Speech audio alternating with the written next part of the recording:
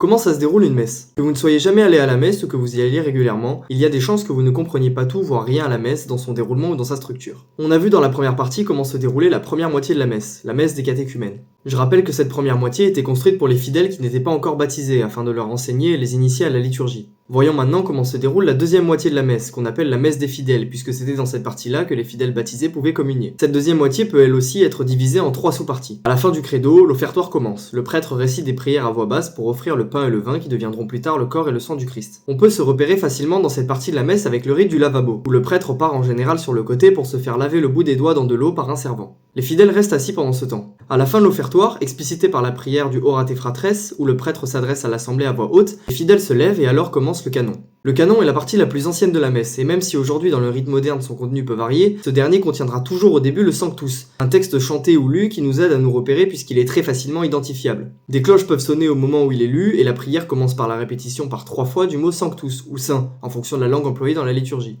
La messe s'approche de son pic, tout le monde se met à genoux et le prêtre ne tarde pas à dire les paroles de consécration, où l'on répète les gestes et paroles du Christ lors de la Sainte Seine. À ce moment-là, le ciel et la terre se rencontrent, et le pain et le vin, offerts un peu plus tôt lors de l'offertoire, sont élevés par le prêtre et deviennent littéralement le corps et le sang du Christ, nous faisant prendre part au sacrifice unique qui rétablit l'homme dans sa grâce originelle auprès de Dieu. À partir de là, la messe va se calmer en tension petit à petit, et nous allons passer au rite de la communion, c'est-à-dire à la préparation immédiate à recevoir le corps et le sang du Christ. Le canon se termine au moment où le prêtre récite le Notre Père. On se lève, puis à la fin de la prière de l'Agnus Dei, où l'assemblée demande au Christ sacrifié de prendre pitié d'elle, on s'agenouille à nouveau jusqu'à la communion. Les fidèles avant de communier se frappent la poitrine en admettant être indignes de recevoir le Christ en eux, puis font la queue pour communier. La messe se termine ensuite par une bénédiction du prêtre. Gardez donc bien en tête ces 3 sous-parties pour mieux vous repérer dans la deuxième moitié de la messe. En premier, l'offertoire où le pain et le vin qui deviendront le corps et le sang du Christ sont offerts à Dieu le Père. En deuxième, le canon, le moment le plus important de la messe où le mystère de la transsubstantiation se réalise. Et en troisième, les rites de la communion où l'on se prépare, puis où l'on reçoit le corps et le sang de notre Seigneur Jésus-Christ. Pour conclure, j'aime souvent comparer la messe à une montagne russe, qui monte doucement petit à petit jusqu'au pic de la consécration et de la communion, puis qui redescend d'un coup. Si t'as des questions, pose-les en commentaire et abonne-toi pour les prochaines vidéos.